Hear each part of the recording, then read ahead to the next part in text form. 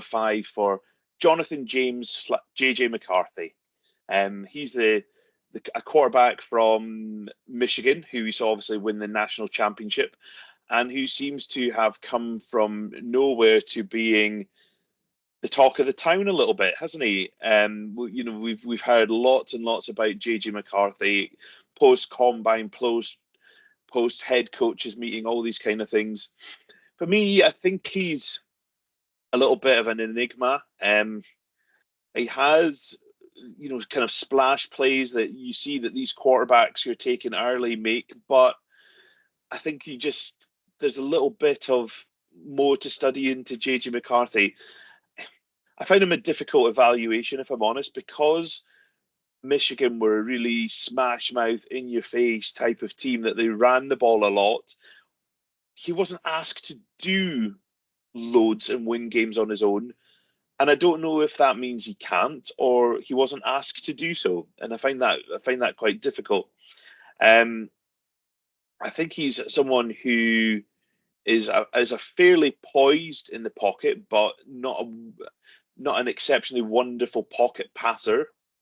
He doesn't really play out of structure, but he's fairly consistent when he's making kind of positive plays in the game. He's a fairly confident guy. He seems to study what's going on well in the field. He plays with a bit of intensity. He does play in a pro style offense. He does work under center reasonably often. He can slide and maneuver around the pocket, but I don't think he's wonderfully quick at doing so. I don't see amazing pocket manipulation and pocket footwork. He does kind of roll out well when play action and delivers the ball reasonably smoothly. I think he's efficient when he's playing out of structure rather than creative. He's tough as hell. He'll take a hit and he'll take extra yards as a runner, but I think his arm strength is probably modest. I don't think he's got the biggest arm in the world, and he's got a really kind of bendy wind up to his throwing mechanism. I think that till he gets the delivery point is a bit of a long delivery. I think that he's got a really high completion percentage, but I don't think his ball placement is fantastic. He needs to have a little bit more air under his deep balls. I think his timing did get better as things went on. I find JJ McCarthy altogether a little bit average. I don't think he has anything that I could say, wow, he is an amazing runner. He's got a huge arm. He's got accuracy. He's got a little bit of things there, but for me, it just kind of altogether came as a little bit of an average package, and I would be stunned if teams are taking him at number 2. Put it that way.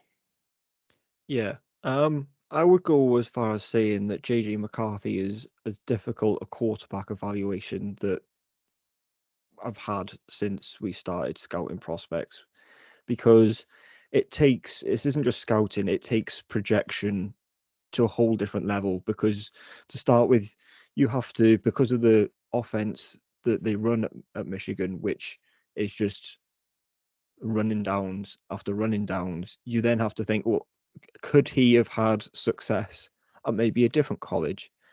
And then you kind of then have to take that and then apply it to the NFL level, but you can only take what you've seen. So there's so much more that you want to see that JJ McCarthy hasn't offered yet, and it's then guessing, could he be able to offer it at some point? I've maybe bowed to peer pressure a little bit, I'll be honest, because I struggled, but I've got him at number 4. But I quite easily could have had him at number 6, because I did toy about with it an awful lot, not over today, but over the last few weeks and few months. The reason why I've got him at number 4 is because if he goes to the right scheme, I can see how he can have success, because he operates with comfort and with poise within the scheme that he's given at Michigan. His mechanics are mostly on point. He's got good rotation, body control, posture to generate power. Throws with velocity and power at times. Has the arm strength and capabilities to throw from different angles to his detriment at times as well, it has to be said. And he does have the accuracy in intermediate short routes to layer the ball into tight windows. And I think he throws with control and throws with anticipation in the short intermediate is where it gets deep that I have more problems. I think he's a good enough athlete, both as a passer and as a rusher. I think he can create when the play breaks down when he needs to. Flexible body control, not only as a thrower, but to create to escape pressure as well. Instinctual feel for pressure. And mostly he's a good decision maker. The problem comes with, does he deliver on those decisions, which I don't think he does consistently enough. He's a natural leader. Teammates and coaches absolutely love him, and he steps up in big moments, which counts as well. But I think that he will need an offense to be schemed around him, and I think he can be successful. And I think he has a high ceiling and he has a high upside if he is put in the exact right situation, because he needs consistent and repetitive schemes, not only of the team but also with his reads as well. Because when a look is open and he doesn't, it's maybe a design he doesn't throw very often, and there's one specifically where, or a route specifically, which you saw him miss a couple of times, where it's an outbreaking route, maybe 20, 30 yards downfield, which you have to make in the NFL because your receiver's wide open. He just completely wildly overthrows, and it's because he just doesn't throw that very often, because that throw maybe comes around once every 2 or 3 games. But you need to be able to make those plays in the NFL, and he just didn't do that at Michigan. He misses far too many throws that you'd be expected to make at the NFL level, which he needs to fix. I think his offense needs to play with precise timing as well. His timing needs to be on point, and I'm not sure I rely on him to dictate the timing. I think the timing needs to be dictated to him by his receivers.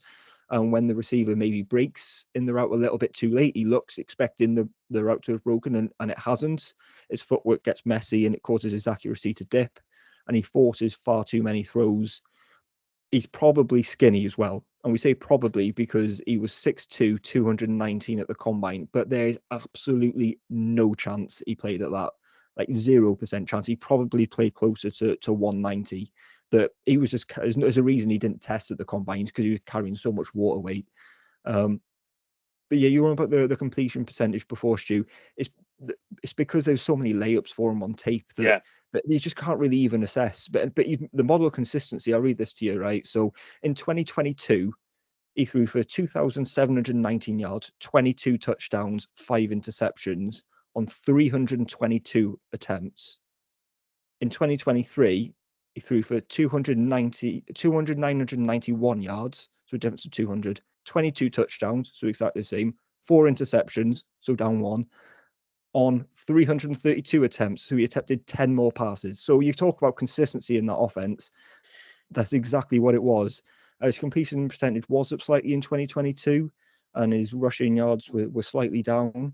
But I think JG McCarthy is difficult to place, and he's at number 4 only if he goes to the right scheme. Because I think and basically, if he goes to the Vikings, I can see how this works out. If he goes to anyone else, I don't get it. He just doesn't excite me. Yeah, I think that's what it is. And then quarterbacks, and we've both been guilty of falling for players that excite you, and he just doesn't. I think that, if you're thinking about picking a guy, and if the Vikings do it, giving up a lot of draft capital to pick a guy, you've got to be really sure what you're doing. As we've seen it blow up in teams' faces anymore. And if I'm just not sure I would give up that much for someone who is such a projection, because we just don't know what he's capable of. I mean, you could put him in a college offense where he was throwing the ball 50 times a game and spreading it out and looking spectacular, and he might have been able to do that, but we don't know. and I that's don't where I trust have. that he is, though. That's the thing, isn't it? Yeah, It's not only projection; it's the trust comes into this as well. Like, do the Vikings trust that he can do what he did for Michigan in Minnesota? And I can see how that would work, but I'm not sure I trust 2 first-round picks with it. Which I suppose, really, when you think about it, it's not 2 first-rounders. It's one, isn't it? Because you're giving up the one you already had, so you just yeah, move it. So when you think, oh, you're not trading two. It's semantics, but you're not really trading 2 first-round picks. You're yeah, trading one because you're moving up from one. But yeah, it's JJ McCarthy's tough, man. yeah. And that's why I had him as fine, because I found him really tough to know what to do with him.